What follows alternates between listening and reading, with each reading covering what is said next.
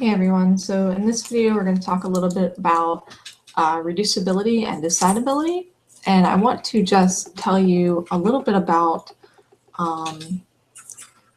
the basics behind these concepts before we really get into them, in hopes that you will maybe be a little less scared of them, because they're a little scary at first. So we have this idea of reducibility. You'll forgive my horrible handwriting tonight. And reducibility is basically where you take some problem, and it's going to be a big problem,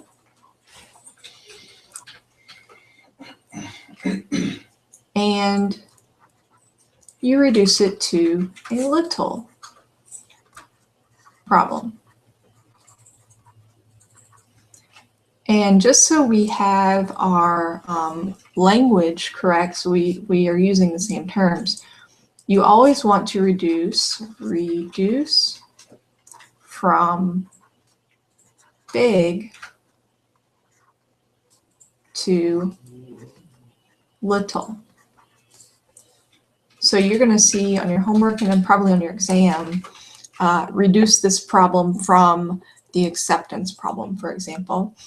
And what you need to remember is that whatever problem you're reducing from is the big problem, and the problem that you're reducing to is the little problem. So I will give you an example to make things very concrete for you here. Let's say that we have a big problem. I'll also let you know I have 6 dogs in the house, and the one that is groaning at my chair right now is Toby, and I don't know if you can hear him, but he just really wants my attention, so please ignore him. Anyway, let's say we have this big problem, and our big problem is that we just landed in Vancouver and we want to get around. So our big problem is getting around Vancouver. So let's say that we just got off the plane. We've never been to Vancouver before. We don't know anything about it, and we want to get around. So something should come to your mind. You know, what can we do? We could use GPS. We could get a map. We could use Google. Now, granted, in Vancouver, in Canada, your phone isn't going to work anymore. So let's take that into account. Anyway, what we want to do is turn this big problem, getting around Vancouver, and just turn it into a little problem. So we want to solve the problem of getting around Vancouver. All we need to do is find a map. Okay? And once you have found a map of Vancouver, you could theoretically then find your way around Vancouver. And so what you have done is you have reduced from this big problem to this little problem. You've reduced the problem of getting around Vancouver to the problem of finding a map. And we call this our big problem because this is kind of overwhelming and difficult by itself. But if we can break it down into little bitty problems like this, it becomes much easier. And believe it or not, this is something that you do in computer science all the time. You know, anytime you're asked to write a problem for a class, or your boss asks you to write some program, you are going to have to break it down into smaller problems. You're not just going to take the big problem, write a program, and be done with it. You're going to break it down into methods that do individual tasks that help you solve the big problem. And so we are just reducing our big problem of getting around Vancouver, or writing out this big program that solves some problem, or what have you, to a little problem, finding a map, writing a method, etc. So you are going to see, like I said, on your exams and your homeworks, it's going to say something like reduce from ATM. And what that just means is that ATM is your big problem. And what you want to do is you want to find some other thing that you can do to help you solve ATM. So just like finding a map will help us solve getting around Vancouver, if we can find some smaller program, some smaller problem to solve that will help us solve ATM, then we've reduced it. So with that in mind, let me clear the screen here. And I'll pick a new color for you guys.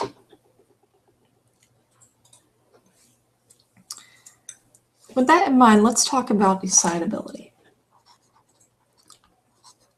Decidability. And I realize, I'm sorry I keep doing this, but I realize that, of course, the Google Hangouts logo is getting in the way of what I'm writing. So let me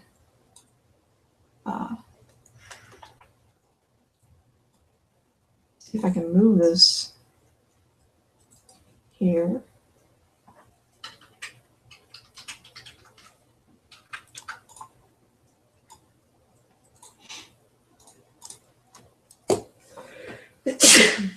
Maybe I can't. All right, so I'll just leave it as it is. All right. Anyway, so let's talk about decidability. So what we're going to try to do while we are talking about the acceptance problem is we're trying to show that when we reduce a problem from the acceptance problem to a smaller problem, we can prove that the acceptance, since the acceptance problem is not decidable, we can prove that the smaller problem is also not decidable.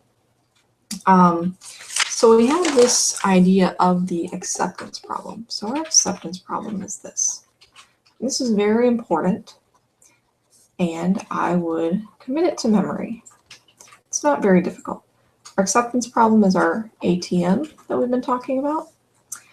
And that is just, oops, that is just, take some input M, W, such that M is a Turing machine, W is a string, and all we want to know is, does the machine M accept the string W? So ATM is going to accept if M accepts W, and ATM is going to reject if M rejects W. Easy enough, right? So if we could have this ATM such that it decided on W, then we'd be able to solve a whole lot of problems. Unfortunately, let me write this in a different color because this is extremely important. Oops. ATM is not decidable. And let me tell you why. So Dr. Sullivan has in her notes a very kind of long and difficult explanation about why ATM is not decidable, and I will go over that in a moment, but I just want to give you a more concise and maybe more intuitive explanation, just so you have a strong grasp in your mind of why this will not work. So when we're talking about ATM, it's important to remember that this right here can be anything. We're talking about for all M and for all W. Now, what does that mean? It means that we're not given any information whatsoever about what the machine looks like or what W might be. And so ATM only works if it can solve or if it can decide if M accepts W for all the machines that there are out there, which is an infinite number, and for all the W's that there are out there, which is also an infinite number. So it needs to be very powerful to be able to solve for all machines and for all strings. So really, the way to prove that it's not decidable is to just give a single counterexample. So let's just say that this is our M. I'll do this in another different color, actually. Let's just say that this is our M. And I'm just going to draw out the actual diagram because you guys are very used to that. So here's an accept state. And I'll make it super simple. Just going to have two states. I have this accept. And this is just going to be Q1. And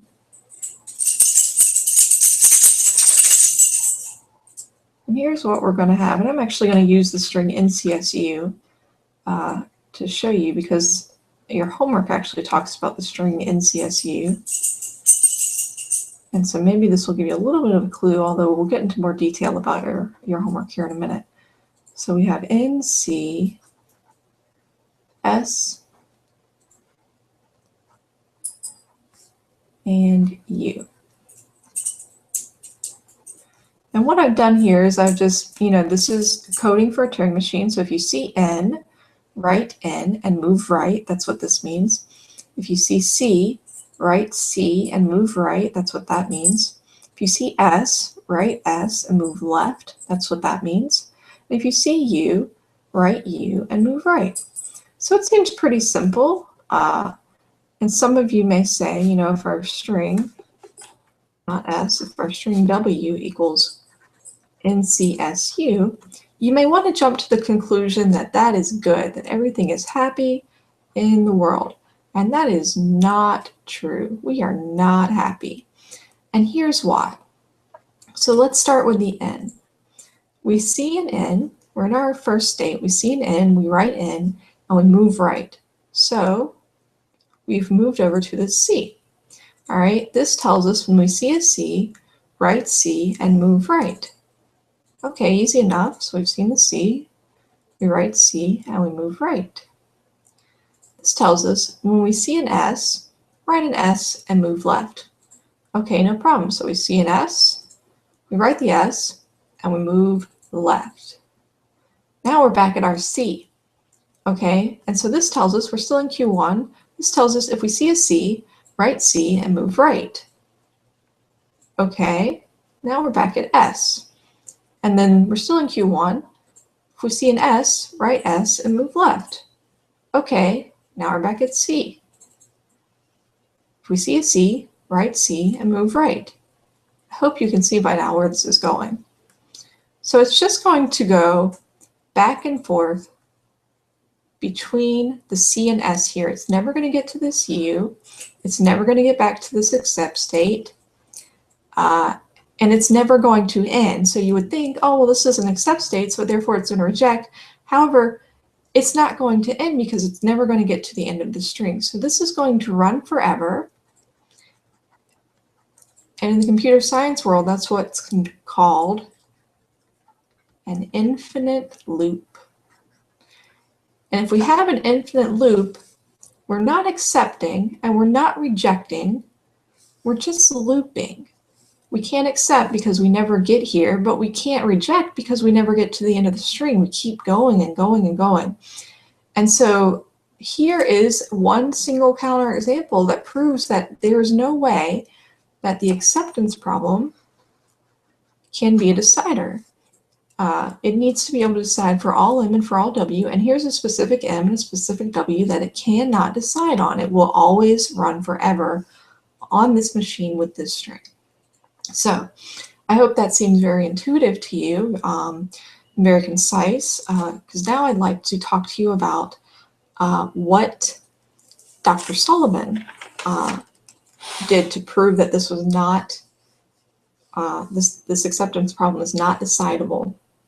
And I think it's important to understand Dr. Sullivan's proof as well, because it helps to open your mind to the idea of running machines on machines. And if you don't like that phrase right now, don't worry about it. We are going to we're going to get some practice with it so that you feel more comfortable with that phrase. So let's talk about Dr. Sullivans proof. Dr. Sullivans proof. And of course, this isn't just Dr. Sullivans. This is actually on your in your textbook on, let's see if I can find the page number here. It starts on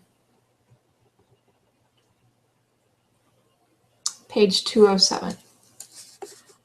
So let me write this up here for you. I'm just going to kind of walk you through the things that it says on page 207 of your textbook.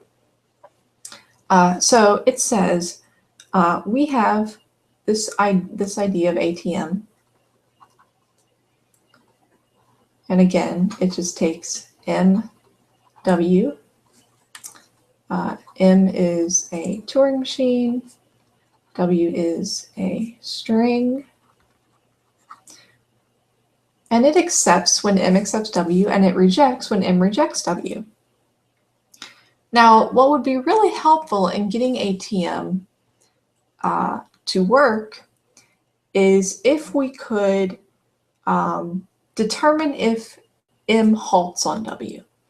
So let's just, instead of, we're going to get into the halting reducing problem here in a bit, but let's kind of ignore ATM for right now and just say that we have this machine H,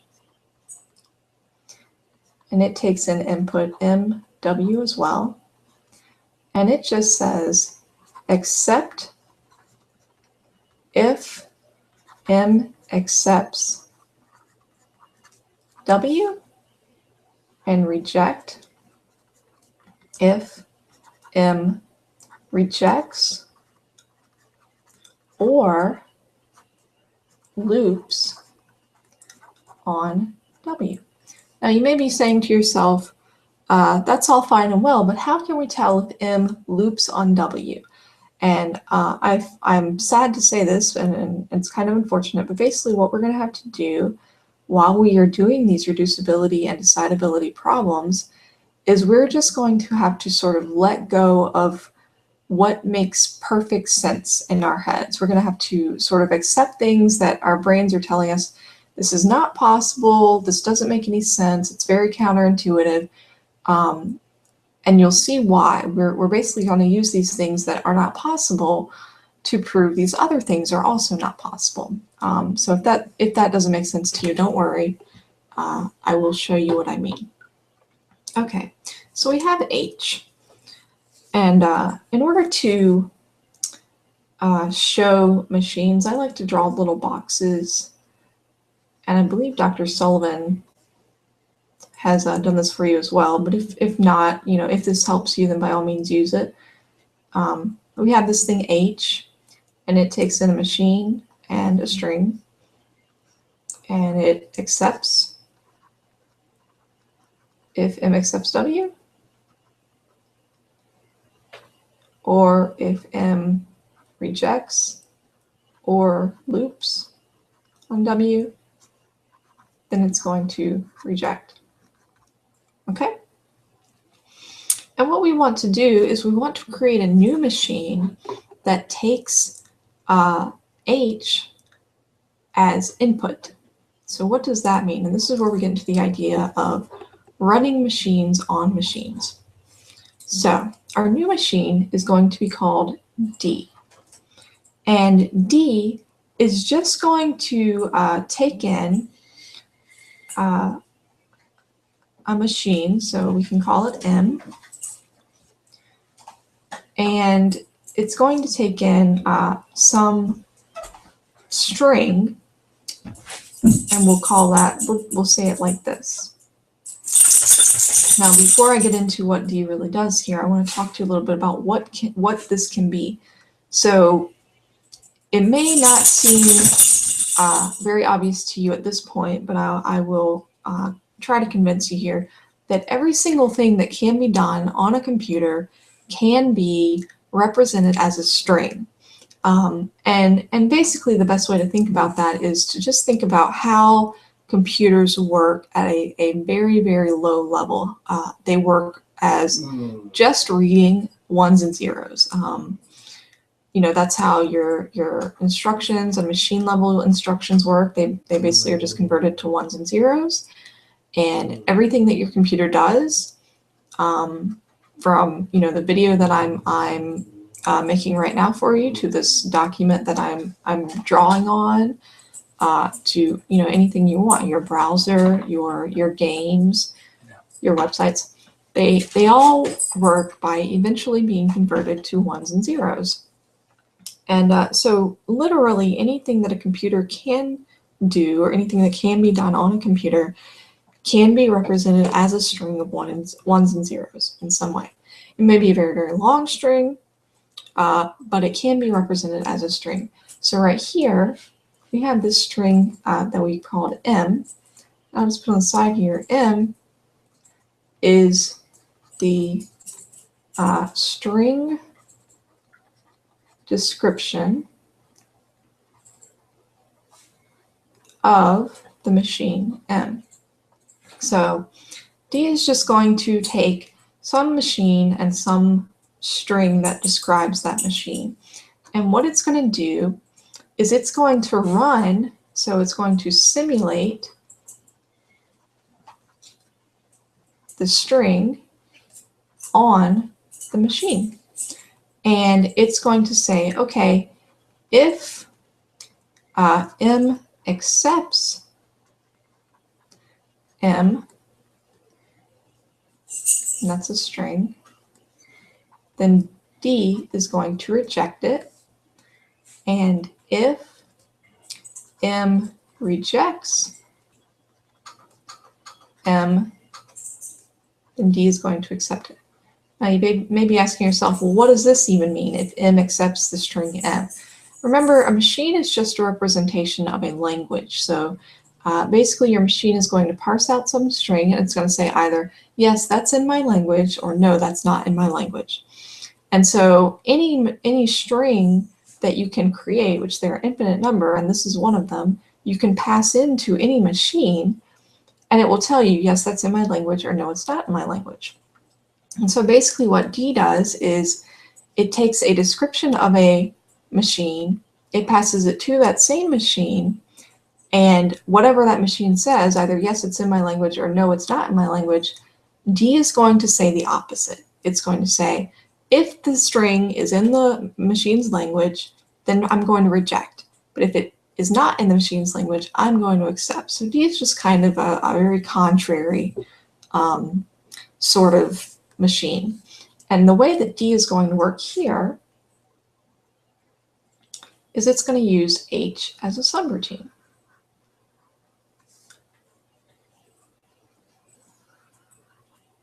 And so it's going to pass to H,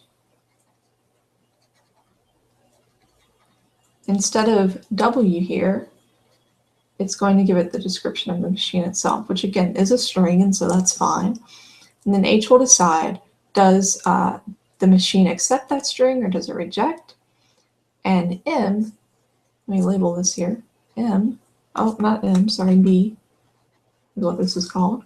D is just going to take that output, and it's going to reverse it. So if it accepts, or if H accepts, then D is going to reject. And if H rejects, then D is going to accept. Now, I hope that you are all fairly comfortable with the idea that everything's pretty good so far. This is all actually somewhat possible. The only thing you should have a problem with so far is this right here, in that it's very difficult for us to, in our heads as very logical people, see how this is going to work. And the answer is it's not going to work, because we can't ever know, is M looping on W, or is M just taking really time to decide? And so that should be so far the only thing that your brain has an issue with, and that's fine. So here's how we are going to determine if this is even, if all of these things are possible to to create. So I'm going to create some room for myself here. Let's see if I can do that.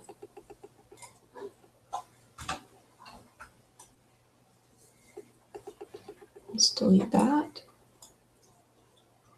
And let's delete that. And I'm going to keep the machine that I drew down here.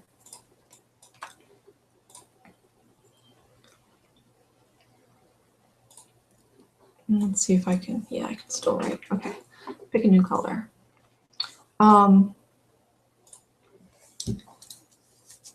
So let's just make a chart, okay? So let's say that we have these machines and we're just going to call them A, B, C, and D. And let's say that we're going to pass them in some string.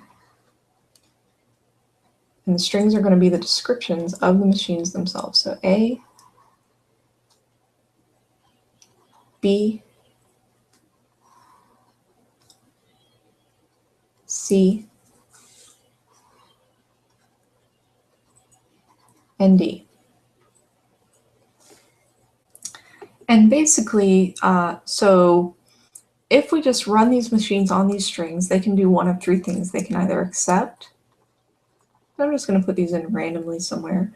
They can reject, or they can loop, which I'm just going to leave as a blank. We don't know what it's doing. We don't know if it's accepting or rejecting and taking a long time, or it's actually looping. We don't know. So we can write in some random things here: accept, reject, reject, accept. Let's leave this blank. Let's say accept. And let's leave this blank. And let's just write some random stuff in here as well. Reject, accept, blank. And we'll say reject, accept, blank. And let's say it rejects. Reject.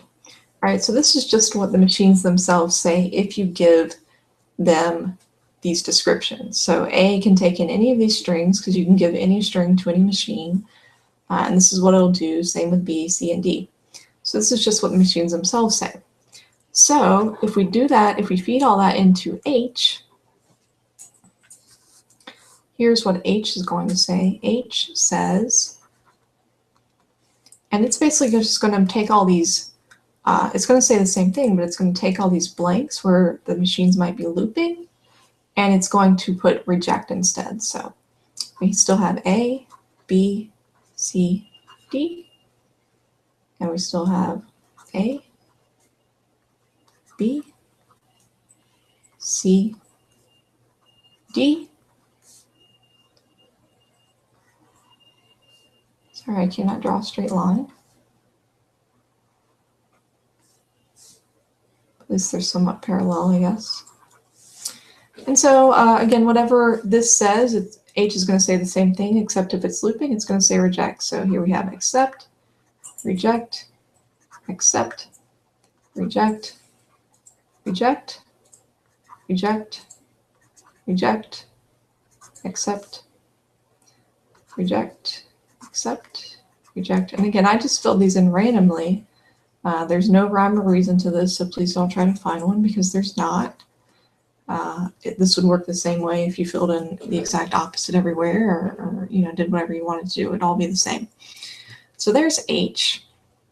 And now let's talk about what D does. So D is just really primarily interested in what happens when you give a machine its own description. So we're not even going to fill out all the chart, although you could if you wanted to. It really doesn't matter. But we're just interested in the diagonal here. And this is what's called diagonalization. It's not very important to the ultimate point. So again, we're going to have A, B, C, D. Let's see if I can fit this in the space I have. We're going to have A, B, C, and D. And some semi-straight parallelish lines. And so we're just going to look at when A is fed in the string that describes the machine A, when B is fed in the string that describes that machine, when C, and so on and so forth. So whatever H says, remember D is going to say the opposite. So when A, this machine, and A, the string, is fed into D, it's going to say the opposite of what H said. Because remember, it's going to come down here and say, oh, H accepted, that means I reject. Or, oh, H rejected, that means I accept. So if it is fed in the input on the machine A and the string that describes A, since H said accept, it's going to reject. Same for B and B. So H said reject, so it's going to accept. Same for machine C and the string C. H said reject, it's going to accept. Now let's talk about this one right here. Okay, so here H said that when you give D the description of itself, D right here, it's going to reject. That's what H said right here. And so theoretically, H is saying if, this is not even theoretically, if you give, or let's not say give, if you simulate the string D on D, this is H saying this, D will reject. And again, I just put that in randomly. You could also say accept, it doesn't matter. But basically, we're in this particular simulation, D will reject, which means D says, no, this string right here is not in my language. But then D, which just does the everything that H says, it just does the opposite. D is going to say, if you simulate the string D on D, I, which is D, right, will accept. Because H said reject, so I'm going to accept. Now we have a problem here. We have a contradiction. Because here H says D will, this string D here is not in D's language. Here D says this string here is in D's language. They can't be both. It can't be, both simultaneously in D's language and not in D's language. And so we have a contradiction. And what that contradiction means is that D cannot exist and H also cannot exist. We cannot have these things because they lead to a contradiction. And so this is how you can prove that ATM, which is just a decider of running W on N, which is kind of what H is helping us do here, it cannot decide. You simply can't. You can't go from this chart right here to this chart right here. And so here's a somewhat counter. It's not quite intuitive. I won't say it's counterintuitive, but it's not quite intuitive to me, at least, as the previous counter example I gave you. But here's a proof that ATM is not a decider. So let's take that and let's go back to our idea of decidability and reducibility. So when you're trying to reduce, again, remember our problem with reducibility is we're always trying to reduce from a big problem to a little problem, and our big problem is always going to be ATM. So I just want to write this up in the corner here. We're going to call R is going to be our little problem, and S is going to be our big problem. And for our purposes, that's always going to be ATM. Remember, you want to reduce from big to little. And again, if you remember our example about getting around Vancouver, that just means, how can I find a small thing that will help me solve this big problem? And here's going to be our strategy, and you're going to use this every single time that you encounter one of these reducibility problems. And so I would write it down and commit this to memory as well. So here's our strategy. Step 1, we're going to be given a small problem R, and your first step, and you do this every single time, is you assume that R is decidable. Okay, that's always step 1. Step 2 is where things are going to get a little bit tricky.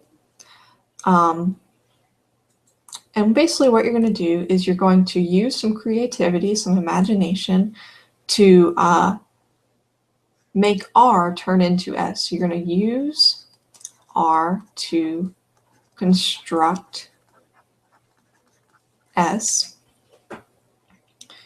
And remember that S is our ATM, so S is just going to be some machine that actually decides, given M and W, does M accept W or does M reject W? So we're going to somehow use R to create a machine that will decide that. And so some subnotes here. Remember that S takes input M and W, and then it accepts if M accepts W, and it rejects if M rejects W. Or loops on W. So that's important. And then step 3, so once we have used our R, which we have assumed is decidable, we basically said, if R is decidable, then we are able to create this ATM that's also decidable. And I'll give you an example here when we actually get to them. This is all kind of abstract right now. But we're going to say, if R is decidable, then we can construct S that decides our acceptance problem ATM.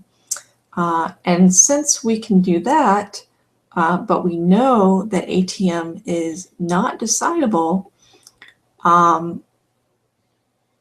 then we get a contradiction. So let me put right here, use R to help S decide, just in case you forget. And again, remember our big problem to little problem thing. This is like using a map to help us get around Vancouver. We're just using this little bitty problem that we can do to tackle this big problem that we can't do. So anyway, step 3 is we're going to get a contradiction.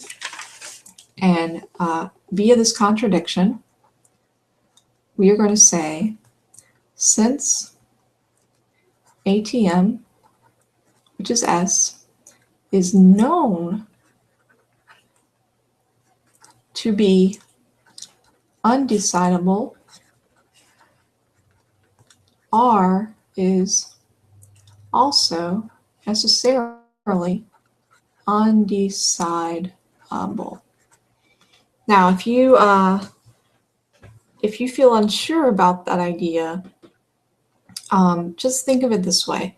So remember that S is our big problem, and we have proved in a couple different ways already that it is not decidable. You cannot possibly ever get a machine that will take in a machine and a string, and it will also always tell you if that machine accepts or if it rejects. There's no way to do it, and I proved that to you via counterexample, and then I also walked you through Dr. Sullivans' proof as well. So anyway, if you have this big problem that you know is not solvable, it's not decidable, there should not be anything that you can do in order to actually decide it.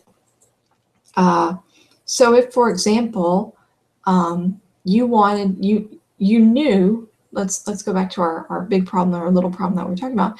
If, for example, that you knew it was impossible to get around Vancouver, which of course, you know, that's very hypothetical. It's obviously not impossible to get around Vancouver, but let's say that we knew 100% it just was not possible to get around Vancouver. There's nothing you could do to make that possible, etc. Then all of the little problems that you can break that big problem down into would also have to be impossible. So if I said to you, it's 100% not possible to get around Vancouver, there's nothing you can do, it's just been proven to be impossible. Then if you told me, oh, well, I could just get a map and that would help me get around Vancouver, then I would have to say, well, since it's been proven that it's impossible to get around Vancouver in the first place, then it must also be impossible to get a map. Now that's a little bit strange of an example, because obviously it is possible to get around Vancouver, it is possible to get a map, but assuming that it has been proved that it's not possible, anything that you could do to help you solve that would also have to be impossible. So let's do an example. And I'm going to leave this up here. Let me draw a little line and see if I can, again, cannot draw straight lines. Let's see if I can leave that up there for you guys while I work through a couple of examples. So our first example is going to be Halt TM. And Halt TM basically is just going to decide if a machine will halt on a string. So it's given an input M and W. M is a Turing machine. W is a string.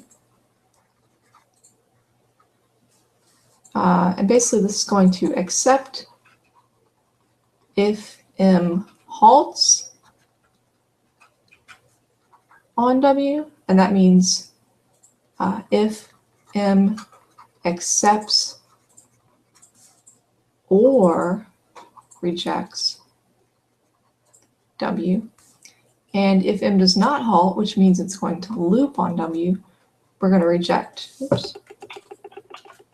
Reject if M does not halt, which means M loops on W.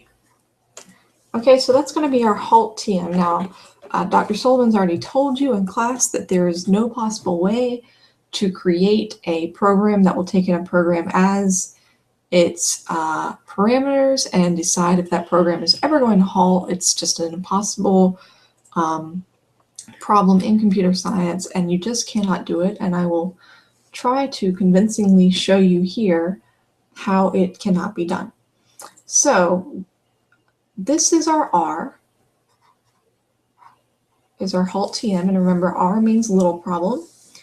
And as always, our S is going to be ATM, which is just going to say except if, make that a little bit better, if M accepts W, and it's going to reject if M rejects or loops on W. All right, and what we need to do is we need to say how can we make a deciding S using R. So this should be, I hope, one of the most intuitive examples that we go through. They only get harder from here, unfortunately. This should seem very obvious to you, but if it doesn't, that's okay. I'm going to kind of walk you through it. So again, I'll draw you a machine, and that's just because it helps me a little bit to think of these things in concrete terms. So let me see if I can find us a color here. So here's what we're trying to do. We're trying to make a machine S that takes in input M, a machine, and W, a string. And somehow S is going to decide if M accepts W, in which case it will accept, or if M rejects or loops on W, in which case it will reject. That's the definition of ATM.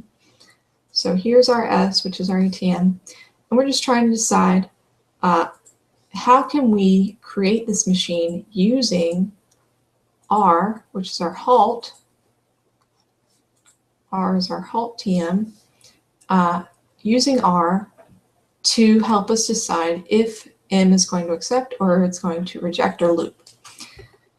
So again, remember that R will tell us it will accept if M halts on W, which means M accepted or rejected W, or it will reject if M doesn't halt on W, which means M is looping on W. Now this right here may give you a small headache, because you may say to yourself, well, there's no way for us to know if M is looping on W or if it's taking a very long time for it to decide, for it to accept or reject. We don't know if it's still working on it or if it's just going into an infinite loop and going to run forever. And that's okay, because remember our strategy, step 1 is to assume that R works. Okay, remember in our strategy, step 1, assume R is decidable, which just means assume it works as it's stated. Okay, we don't know how it's going to do this because, you know, spoiler alert, it can't do this, but we're going to assume that it does, and we're going to use R to construct S. So this is where we are right here. Use R to construct S. How can we do that? Use R to construct S. Well, what does R tell us? R takes in, again, a machine and a string, and it either accepts or rejects. Accept or reject. And all we're trying to do is connect these two lines to these two lines somehow so that we can take R's output and use it to help us decide what S would tell us, what our acceptance problem would tell us, if it would work. So here's where the creativity comes in. What we want to do with R is we want to, of course, run R on the input MW. And so we have two options, okay? So we run R on input MW. We have two options.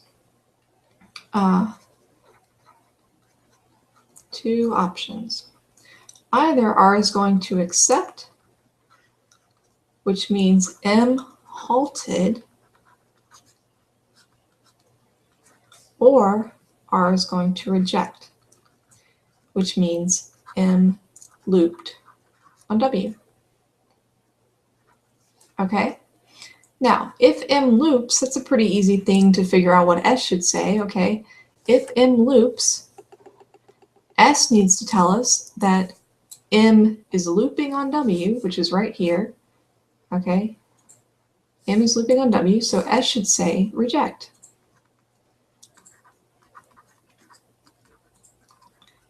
Okay, so we know if R rejects, that means that M is looping on W, which means S should say it rejects it. Okay, so we can just draw that line right there. The question is, what do we do right here? What do we do if R accepts? All we know is that M halted, and that means M could either have accepted W or it could have rejected W. We don't know which one it did, we just know that it halted. Well, I hope it seems somewhat obvious to you. If not, you know, it may after I say this. If M halted, we have two options. it means either M accepted W or M rejected W. Now, what can you do with this information? Well, you can use it to know that M did not loop. How useful is that, you ask? Well, think about this. If M did not loop, that means that we could take the machine M, run W through it, and it's going to tell us something. Okay, it's not going to sit here and run forever. It's either going to say accept or it's going to say reject. So since it's going to tell us accept or reject, it's not going to stay here forever trying to figure out W. We can just, if R says accept, if it says M halted on W, then all we need to do right here is we need to just run M on W. We just need to see, well, which one did M do? So if R accepts, then we run M on W, and if M accepts W, then S should also accept it. So if M accepts W, we're going to go right here. And if M rejects W, remember what S says, it says accept if M accepts W, so we accepted. And then S also said reject if M rejects or loops on W. So not only is it going to reject if there's a loop right here, it's also going to reject if M actually rejects W.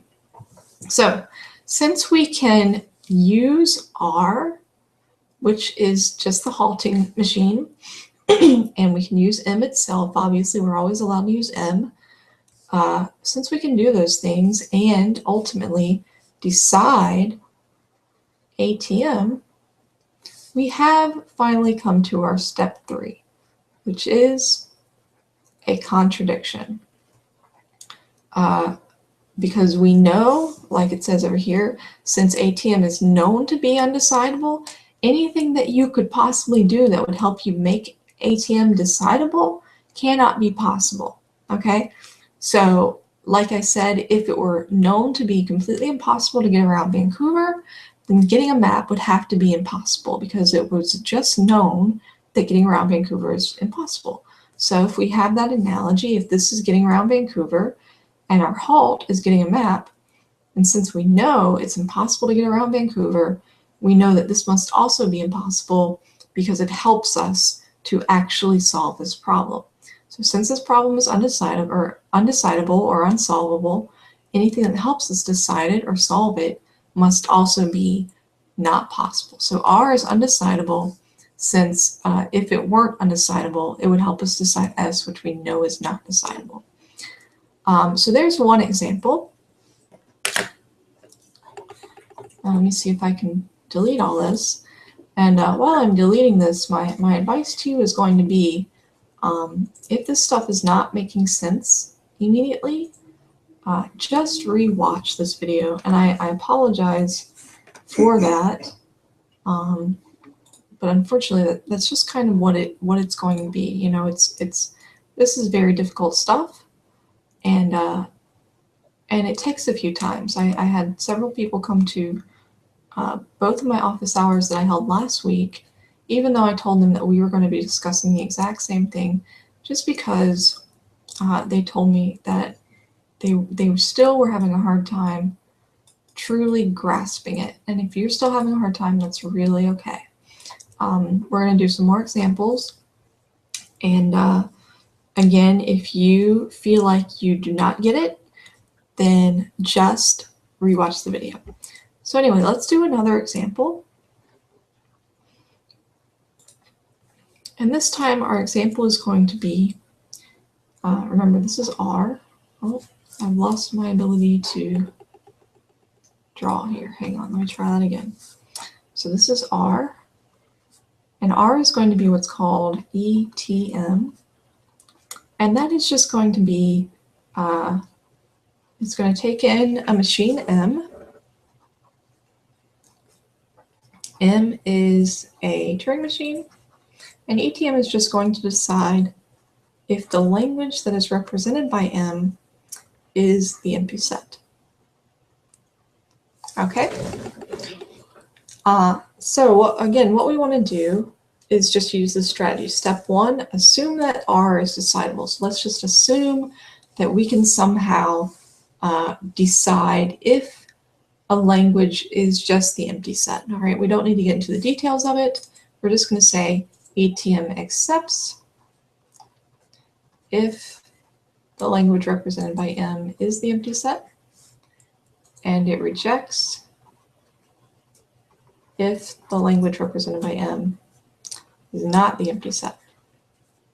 Now I'm going to walk you through this proof, and if you're not convinced, I'm going to give you a very simple and intuitive way to show that this cannot possibly work. But let's walk through the proof itself first. So we have R, and again, we have decided to assume that R works, that it just does this stuff over here that we've said that it does.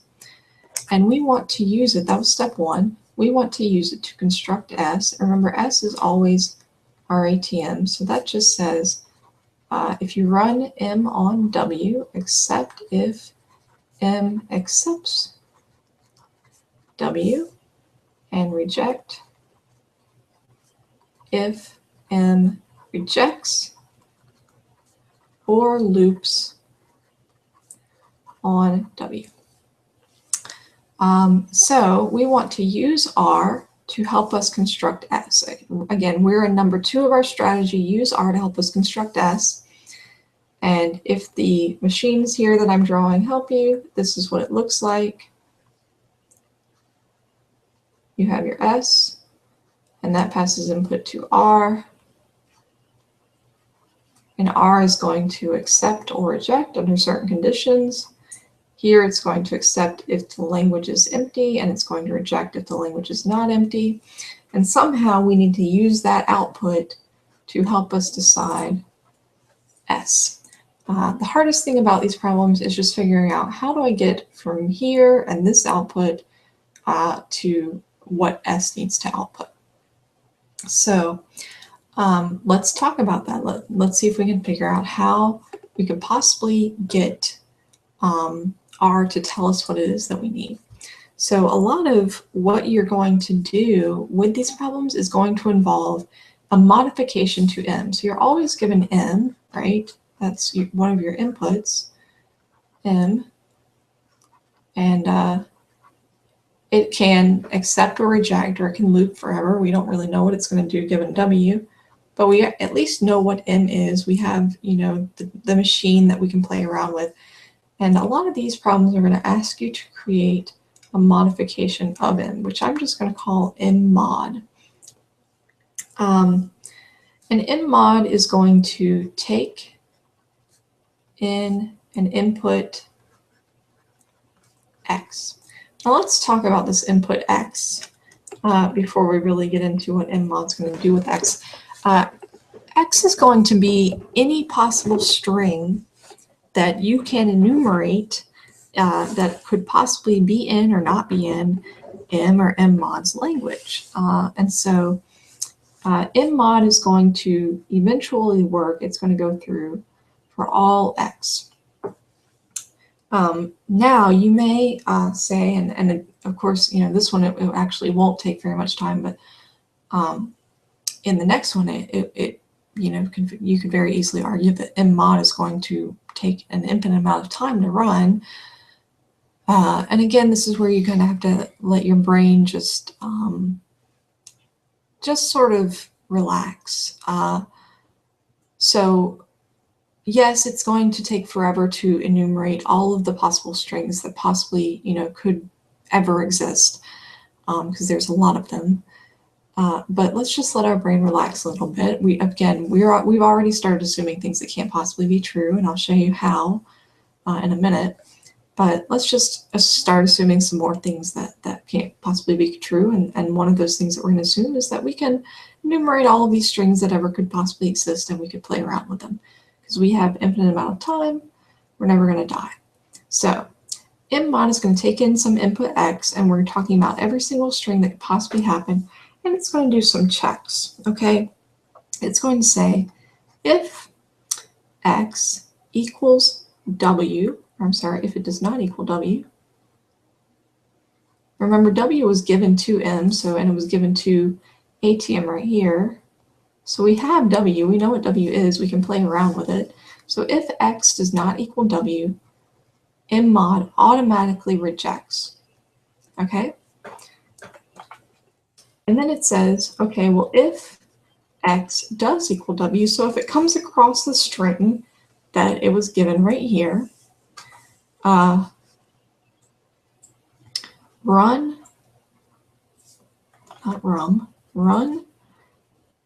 m on w, and if m accepts,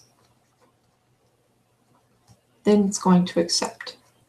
So the only way that m mod can possibly accept only accepts if m accepts w, and the only thing that it will accept only accepts an x that equals w. So what does this mean?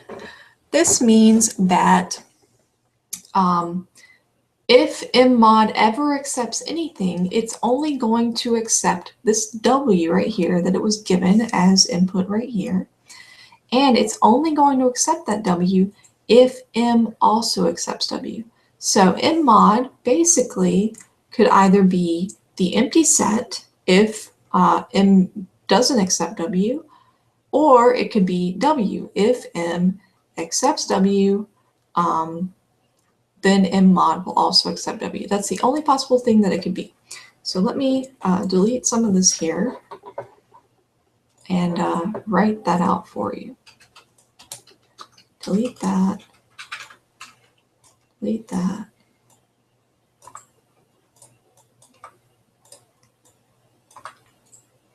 All right, so again, what does that mean?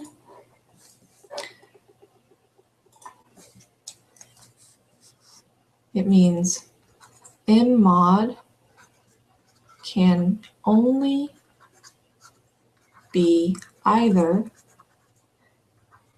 the empty set or it can contain w if and only if m accepts w. Now, how does that help us? Well, let's talk about it.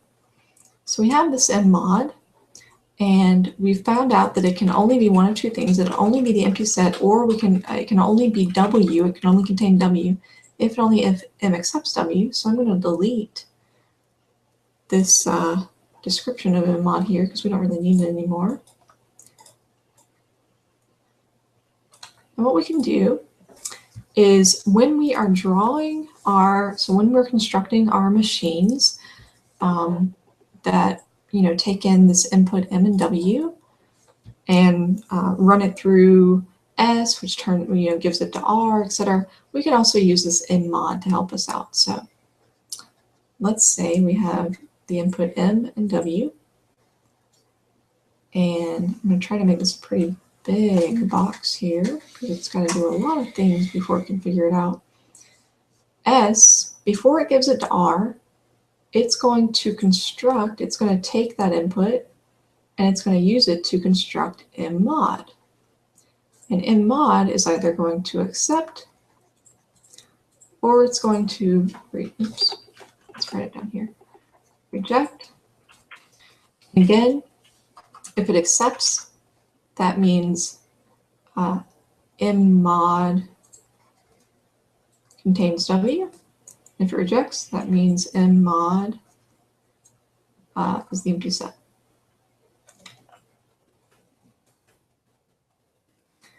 So what we can do is once we have m mod, now again we don't know necessarily what m mod has done at this point, but we can take whatever m mod does and feed it into R. So m mod, remember R is just a machine that takes in a another machine as input, so it doesn't even need the string, and it just decides if that machine is empty or not. So we're just going to feed that mmod to R, because we don't know if mmod is empty or not at this point. So we're going to feed it to R, and R is either going to, again, accept, or it's going to reject. Now, we need to think about some implications here. So if R accepts, that means that mmod,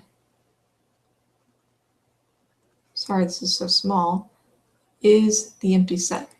And if R rejects, that means mmod is not the empty set. Okay, so how does that help us?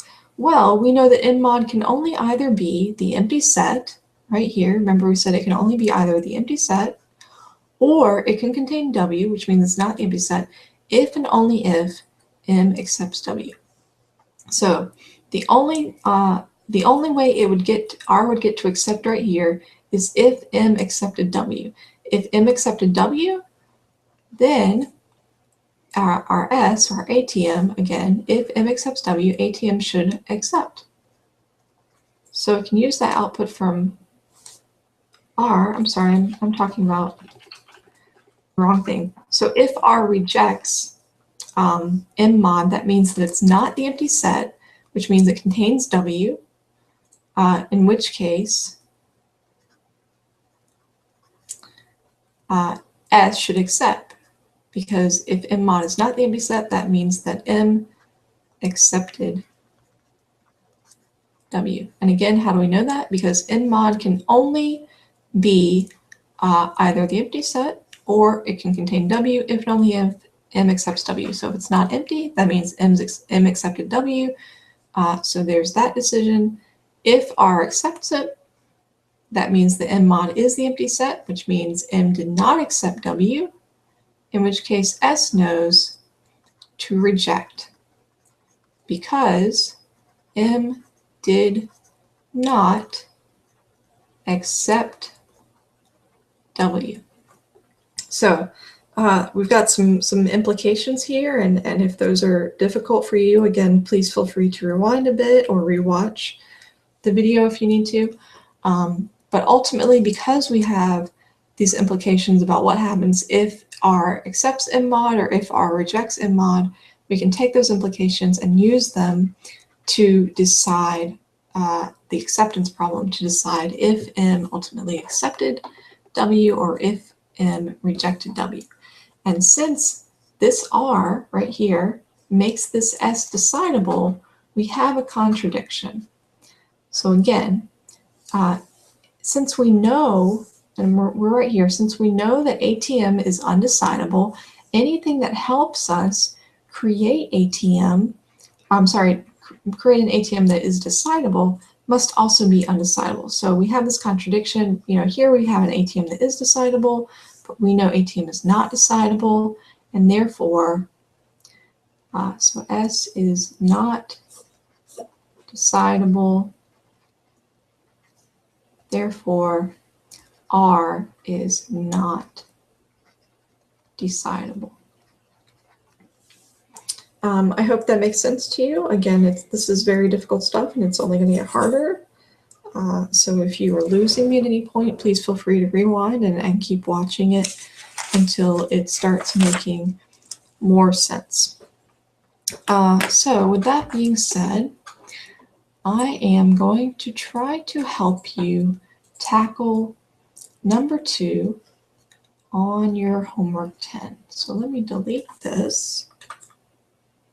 Okay, and let's pull up number 2. So I have it pulled up on my computer over here.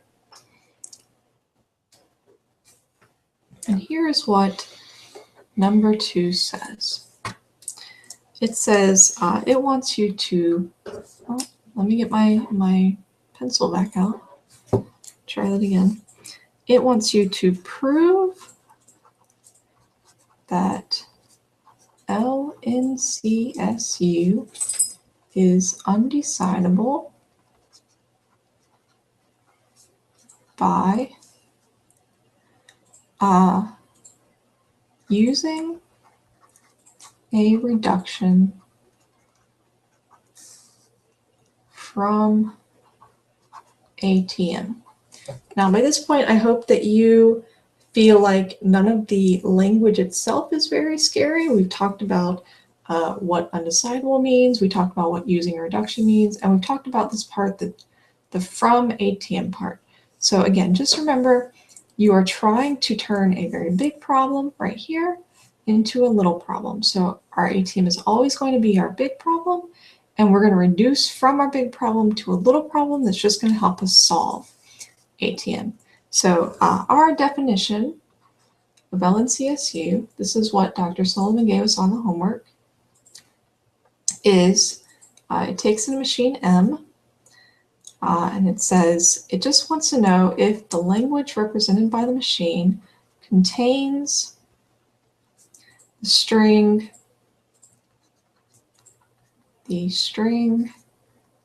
NCSU. And so let's just go through our steps. And again, step one is very easy, and this is what you should always do. You should assume that, and again, this is your R, this is your little problem. You should assume that, oops, this is R. Assume that R, which is LNCSU, is decidable. Okay, step one is easy. We just assume something that ultimately we're going to show is not true. Okay, so if R is decidable, that means that we can have this machine R that takes in a string. I'm sorry, not a string, a machine. And it accepts if NCS, it's very bad S, SU is in the language, and it rejects if NCSU is not in the language. Okay, so we are just assuming that this can work. How it works exactly, we don't know, and we don't need to know. We just assume that somehow it works. Okay, step two is where we need to figure out how we can create an S. Remember, our S is just going to go over top of R, so I'm not really going to draw S out here, but it's just going to go over top R, and it's going to use R as a submachine, or a subroutine. It's going to feed in M and W, and it needs to use this information that R can give it to decide if M accepts W. So how can we do that? Now, I'm not going to give you the whole answer here because I don't think Dr. Sullivan would like that, but I want to push you in the right direction. So we need to construct an M mod. Okay, and again, this is step two, and we need to construct an M mod. And this is generally what you're going to need to do for all of these questions, is construct some sort of modification of this M that we are given to the acceptance problem S. So here's how our M mod is going to work. It's going to take in an input, take in input X. And again, we are talking about all X. You know, all of the possible strings that could ever be enumerated given an infinite amount of time, an infinite amount of resources, etc. All of the possible X's that we could have. Okay, so for all these input X's, here's what we're going to do for M mod. So it takes in input X. Now this is going to seem kind of strange, but what M mod is going to do is it's going to erase the input, and you may be thinking, what the heck? Why do we even need this input if we're just automatically going to erase it? But I'll explain here in a moment. And then, so it's going to erase the input X and replace it with the constant string W that we got right here. So we were given M and W as input, And so we know what this W is. It's a constant that we were already given. Okay, so we're going to replace X with W. And you may be asking yourself, why on earth would we do that? I will get there. I promise. Just hang in there with me. Okay? And then once we replaced it with W, we're going to simulate M on W. Okay? Now, so we're just going to take M and W and we're just going to run W through M.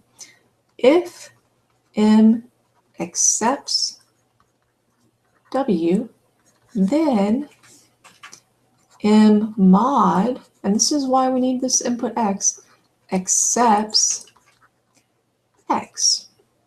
Okay, so basically it just says if M accepts W, then M mod accepts. And what does it accept? It accepts this ultimate input X right here. So what does that mean for what happens after we've run M mod through every single possible string, all of the X's there could ever possibly be right here? That means that M mod again can be one of two things. M mod can either be if M accepts W, then that means M mod accepted every single X that ever did was. Okay, so M mod can be every possible string. And again, we're talking about us having infinite time, infinite resources, etc. So if you're sitting here thinking, how on earth could M mod contain every possible string? It's just because we are assuming things. We're assuming things could happen that can't actually happen. We're assuming things are true that are not actually true. So here's where you need to let your brain relax a little bit and just say, okay, M mod could either be every possible string, and it can be every possible string if M accepts W. If M accepts W, then M mod will accept every X, in which case M mod will have in its language every possible string.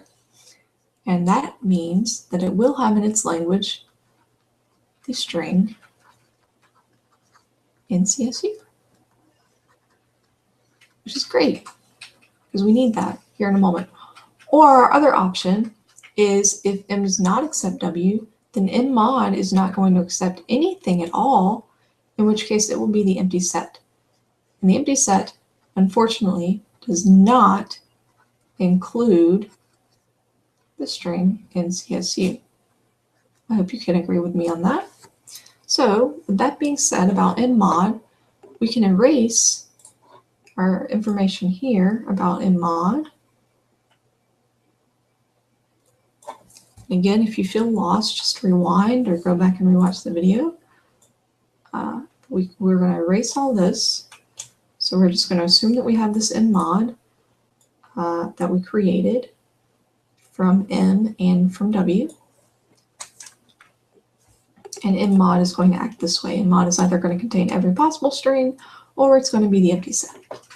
Okay, so with that information, here's what we can do. I'm actually going to delete this very ugly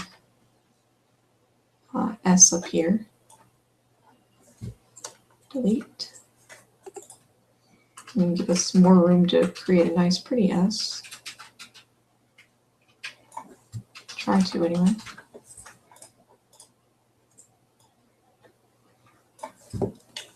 Okay. So let's make us a brand new S that uses R to help it decide the acceptance problem.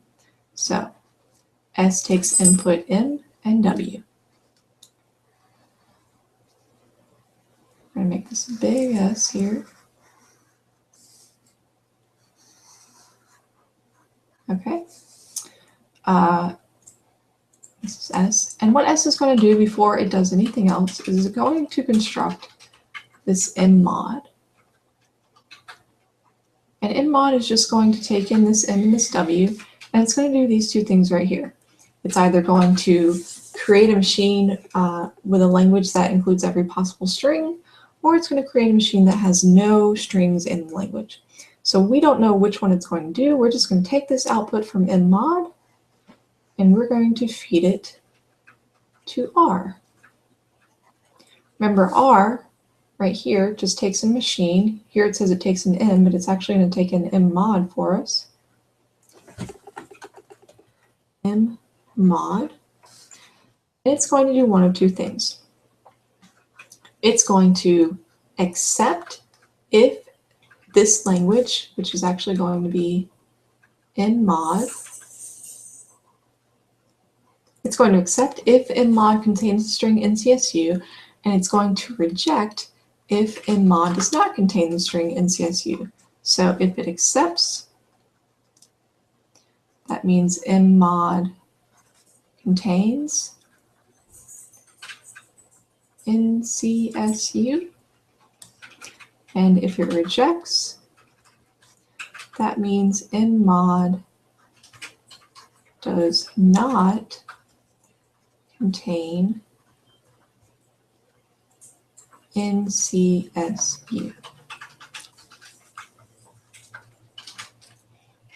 Now, I've given you pretty much everything that you need to know. I walked you through the implications that you need to figure out how to get from this R to this S. I hope that you can use that information to figure out when will S accept and when will it reject. I'm not going to completely finish this problem for you because at this point it should seem pretty obvious. And again, if it does not seem obvious, please go back and rewatch this video. Or just rewind a little bit and listen to me talk some more about the implications of what mmod could possibly be. I hope it comes to you. If it's not coming to at all, if you've watched the video, if you've rewound and listened to me talk repeatedly and you're still not getting it, please come see me at office hours, and I will help you further. Again, you should be able to make this very easy connection from how do I get from here to here, or if it rejects to here, you know, in which case should it accept and in which case should it reject. It should be a very simple jump from here, so I hope that that will help you.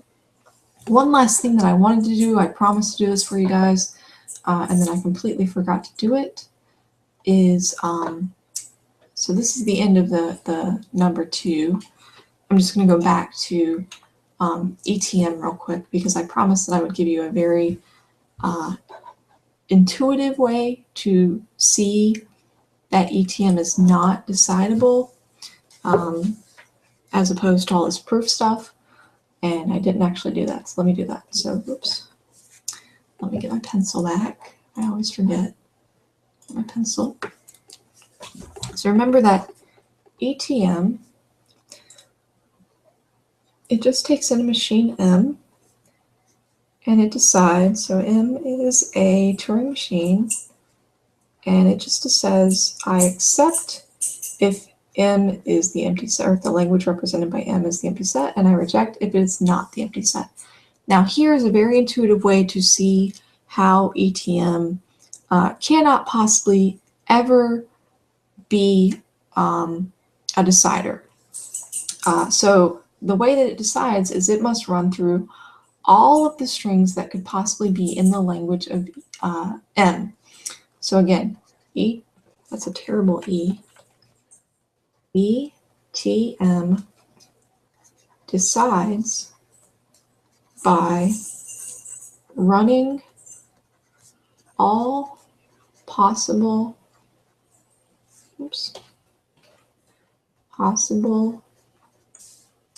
strings through M. Once it finds a string that M accepts, it can stop, right? If M ever accepts a string, that means that M is not the empty set, which means ETM can stop and reject. It says M is not the empty set, therefore I reject it. However, how does it know if M is the empty set? it has to run through all possible strings. So that means it starts with 0, it goes to 1, then it goes to 0, 0, then it goes to 0, 1, then it goes to 1, 0, then 1, 1, and then it goes to 0, 0, 0, 0, 0, 1, 0, 1, 0, 0, 1, 1, 1, 0, 0. I'm counting in binary here. I hope you can see that. 1, 0, 1, so on and so forth, okay? Whenever it gets to the end of a certain length string, so here we have strings of length 3, so if it goes on, it's going to do, this is 5, this is 6, and this is 7, so if it gets to this one and it still hasn't found a string that is in M's language, it's just going to go on to the next length. So here's length 3, then we'll start at length 4, and re-enumerate all of the things that we can have with 4 bits here. I hope this is looking very familiar to you. You know, this is basically just counting in binary, and it's just going to keep counting in binary on and on and on forever and ever until it finds a string that M accepts. So if M doesn't accept this one, it's going to go to this one. If M doesn't accept that, it'll go to that, and then that, and then that, and then that, and then that, and then that. And basically, it can't ever actually decide if M is the empty set because there's always going to be another string after this one. There's always going to be this one, and then there'll be this one, and so on and so forth. And until you get to, I mean, even when you get to infinity, whatever that even means, there's going to be a +1. And when you get to that number, there's going to be a +1 again. And it never stops. And so this is a very simple and intuitive way to prove that ETM cannot possibly decide if a language is actually empty. So that whole proof that we did earlier that shows that, you know, if it were a decider, you could use it to decide ATM. And since ATM is not decidable, then ETM must also not be decidable. You can do all of that to prove that ETM is not decidable. Or you can just say, hey, look, if I canonically enumerate, that's what this is called. It's called canonical enumeration. If I canonically enumerate every single string that possibly could exist, which is infinity, and it will take you infinite time and infinite resources to do that. But if I could do it, you know, even if ETM runs through all the strings and M never accepts any, and it looks like M might be the empty set, there's always one more string that it needs to check. And after it checks that one, there's always one more string. And after it checks that, so on and so forth. And so this is just a very simple proof that ETM cannot possibly be decidable. Again, I just went back to that example because I promised to give you a very intuitive and concise proof, and I forgot to, so there it is right there. Anyway, I hope that that helps you with number 2 on homework 10. If you need help, if you need further help with reducibility or with decidability from ATM, or if you still are just not getting number 2, please come talk to me in office hours, and I will try to help you even further. So that's it for me tonight. I hope you guys, again, are enjoying your Thanksgiving break, and I will see you for the next video.